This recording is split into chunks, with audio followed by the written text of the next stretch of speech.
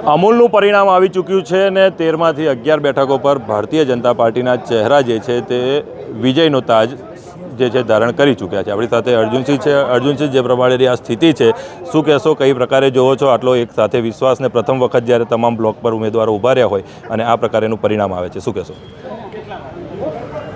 વિશ્વના લોકપ્રિય નેતા, સૌથી લોકપ્રિય નેતૃત્વ મોદી સાહેબના માર્ગદર્શનમાં અમિતભાઈ શાહ સાહેબે જે સૂત્ર આપ્યું, સહકાર છે સમૃદ્ધિ, અને પછી આ સૂત્રને સાકાર કરવા માટે સીધી અમૂલની વાત કરીએ તો સભાસદને ન્યાય, સન્માન, સ્વમાન, આ વાત અમે કરી સમાજમાં જઈને દૂધ ઉત્પાદક મિત્રો, ભાઈઓ બહેનો સાથે, અને વાતને વધાવી છે. આજે જોઈ રહ્યા છો એમ 13માંથી 11 પ્રચંડ વિજય થયો છે. જ્ઞાતિ જાતિનું રાજકારણ, કહેતો તોનો કહેતી હતી, આ બધું પૂરું થયું છે.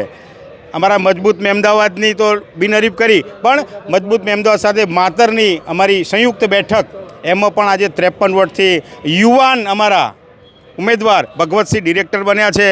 અને સામાન્ય દૂધ ઉત્પાદકે જે વિશ્વાસ મૂક્યો છે, અને આજે આ પરિણામ આપની સામે છે.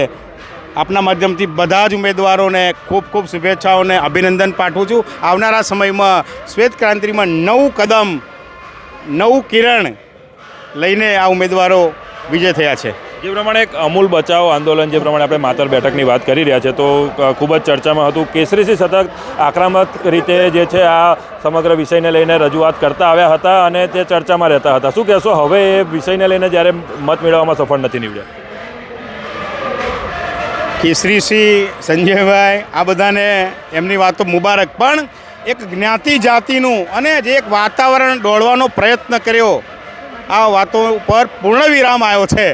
અને સૌનો સાથ, સૌનો વિકાસ કરતી આ પાર્ટીનો આપ કલ્પેશભાઈ જુઓ કે દેવુસિંહ સાહેબ જુઓ, અજયભાઈ બ્રહ્મભટ્ટ આપણા જે ઇન્ચાર્જ હતા, આ બધા સંયુક્ત રીતે, અને જે અમને ઉમેદવાર એવા મળ્યા, એ ઉમેદવારને બધાએ વધાવ્યા છે. તો આવનારા સમયમાં અમારા બીજા દાવેદાર હતા વિશાલભાઈ પટેલ, અહીંયા બાજુમાં છે, બધા સંયુક્ત મળીને એકવાર પાર્ટીનો નિર્ણય થયો એટલે પૂરું થઈ ગયું છે. એટલે ફરી વાર કહું છું, ખેડા જિલ્લામાં, આણંદ જિલ્લામાં જ્ઞાતિ જાતિનું જે રાજકારણ, અને અમૂલ બચાવો, અમૂલ તો બચેલી જ હતી, અમૂલનો વિકાસ થતો હતો જ, પણ આવનારા સમયમાં હવે નવા જોશ સાથે નવા ડિરેક્ટરો આવી ગયા છે. અને ફરી એકવાર બધાને શુભેચ્છાઓ, મળતા રહીશું, પછી વાત કરીશું. તો જે પ્રમાણે સમગ્ર અમૂલની જે આ ચૂંટણી હતી તેના પરિણામ આવી ચૂક્યા છે, અને આ હતા અર્જુનસિંહ આપણી સાથે, કે જેઓ અમૂલના પરિણામ વિશે તેમના મંતવ્ય જણાવ્યા હતા.